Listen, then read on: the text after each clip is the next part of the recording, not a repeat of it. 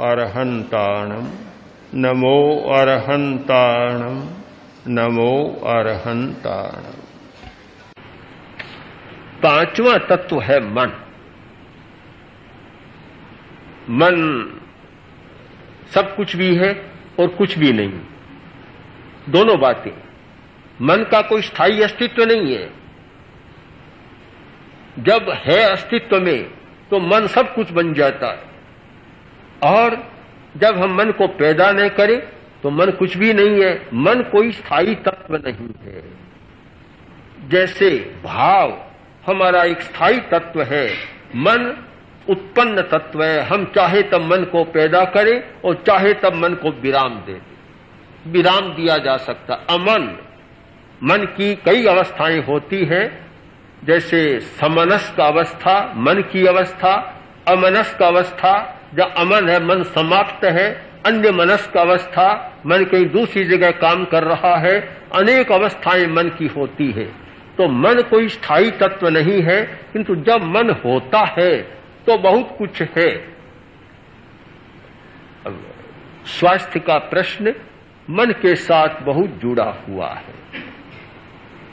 मन स्वस्थ, शरीर स्वस्थ। मन अस्वस्थ, शरीर अस्वस्थ।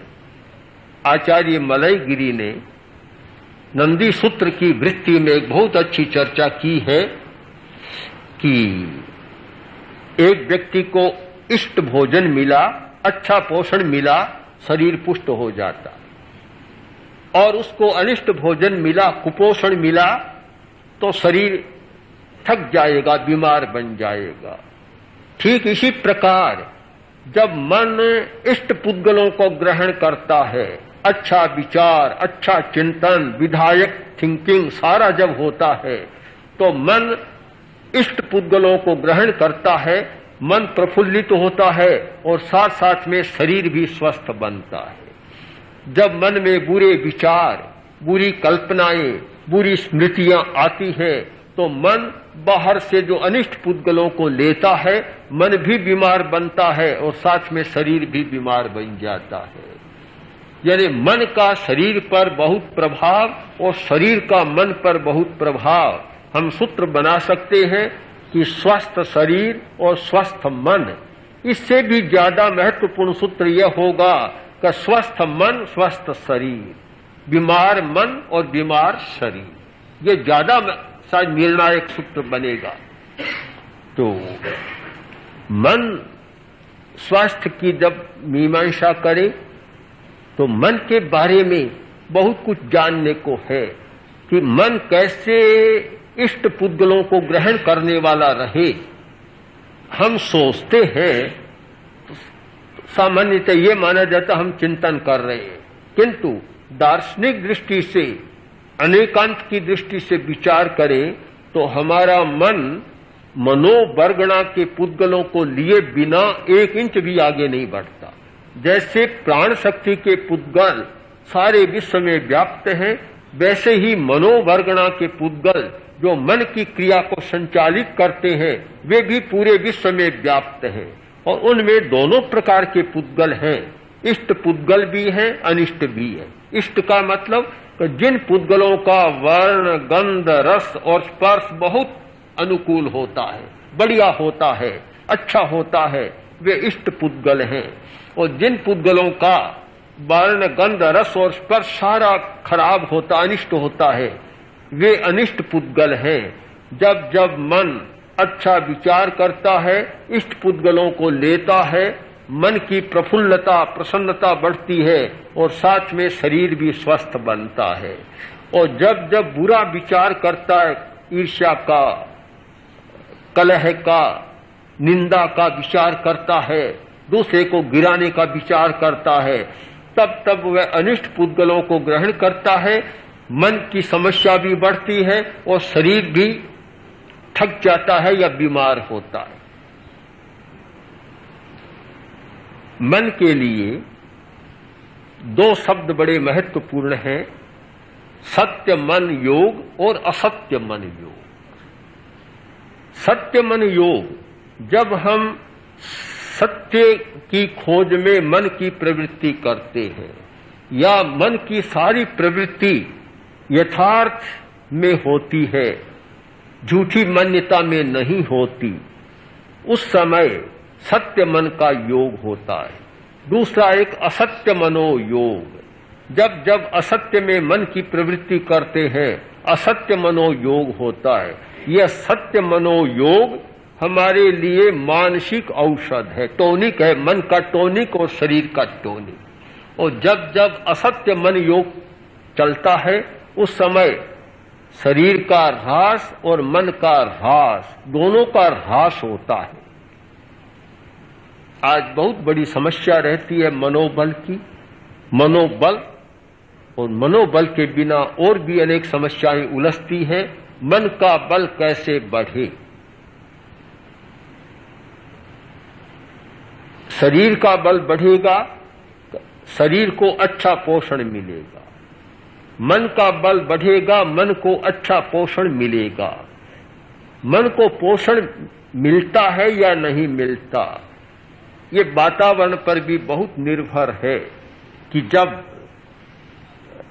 सारा चिंतन, लोलुपता, कामुकता, वासना, जो मन को कमजोर बनाने वाला दर्शन, श्रवण, वही देखना, वही सुनना और वैसे ही वातावरण में रहना, वही पढ़ना, तो मन को अच्छा पोषण नहीं मिलता, मनोबल टूट जाता है।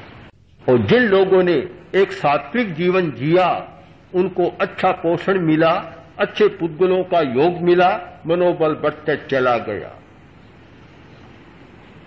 हमारा छठा तत्व है भाव। अब तक हम जो चर्चा कर रहे थे वह सारी भौतिक या पौद्गलिक चर्चा थी।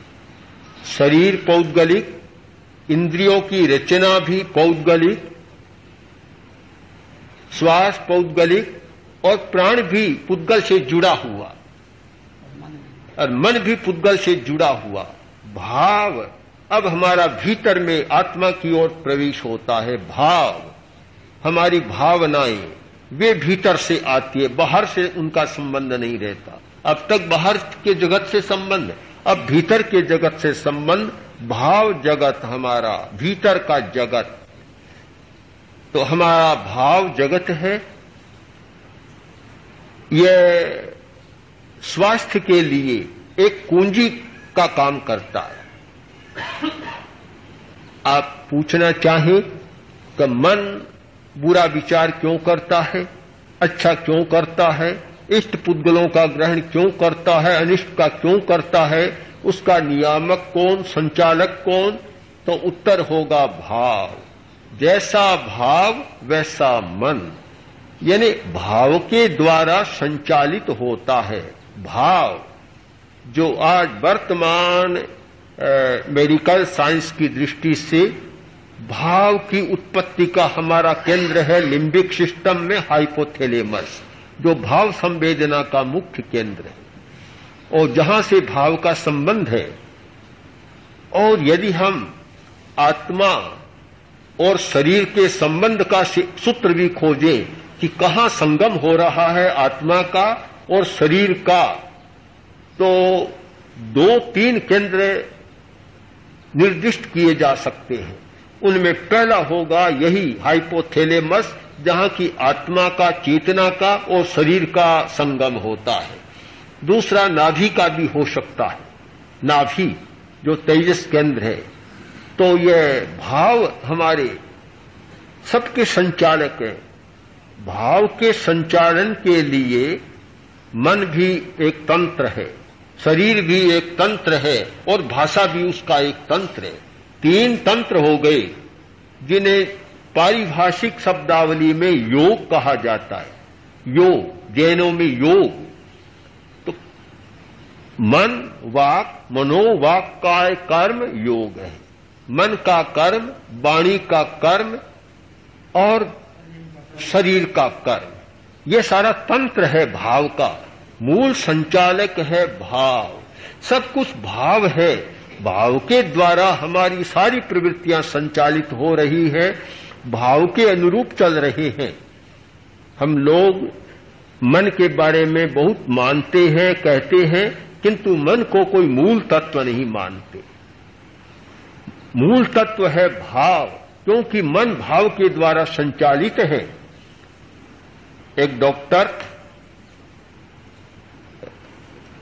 चिकित्सा करता है शरीर की, एक साइकियाट्रिस्ट चिकित्सा करता है मन की, किंतु ये उससे भी आगे है कि ये कोई मेंटल प्रॉब्लम नहीं है, ये कोई मानसिक समस्या नहीं है, ये आंतरिक समस्या या भावात्मक समस्या है, जहां कि मन भी कोई काम नहीं करता।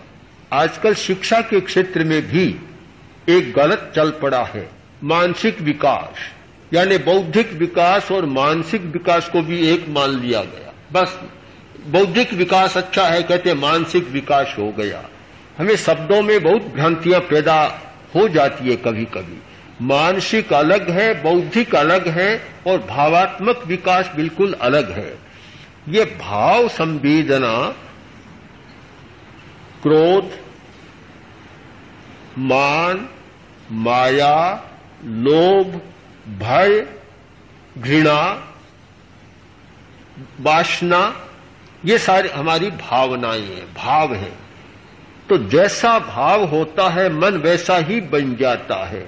मन मूल नहीं है, मूल है हमारा भाव, हमारे अस्तित्व का, चेतना का प्रतिनिधित्व करने वाला, अंतरंग का प्रतिनिधित्व करने वाला सबसे शक्तिशाली तत्व है हमारा भाव। हमारे अस्तित्व का एक बड़ा प्रमुख अंग है ये।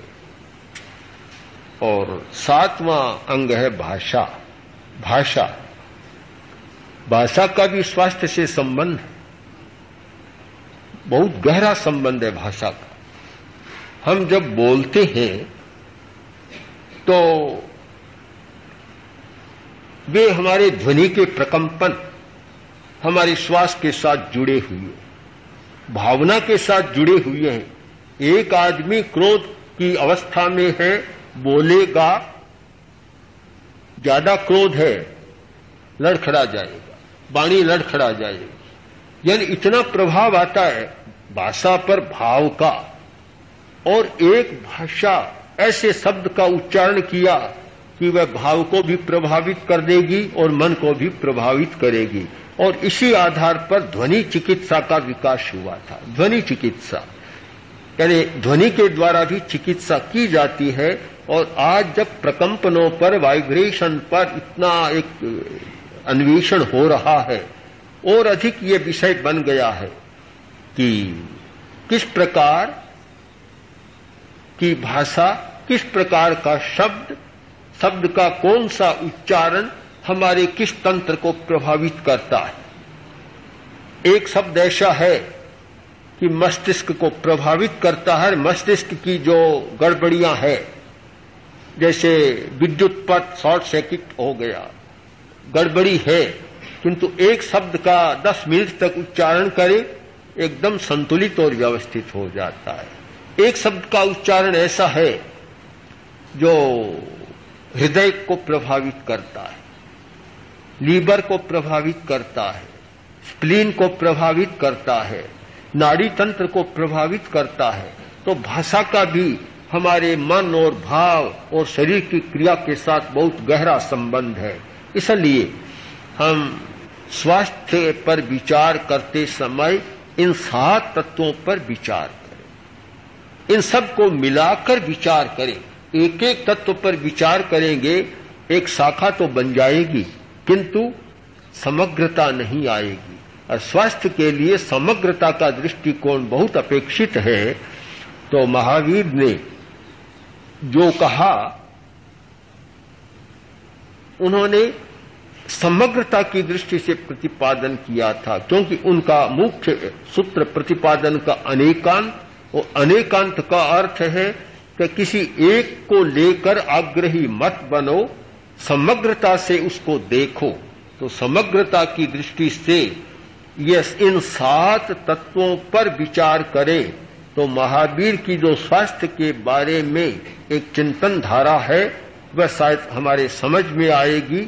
तो हमारा अस्तित्व और हमारा स्वास्थ्य, इस विषय पर चिंतन करते समय सबसे पहले अस्तित्व का जो स्वास्थ्य से जुड़ा हुआ पहलू है, इस पर हम विचार कर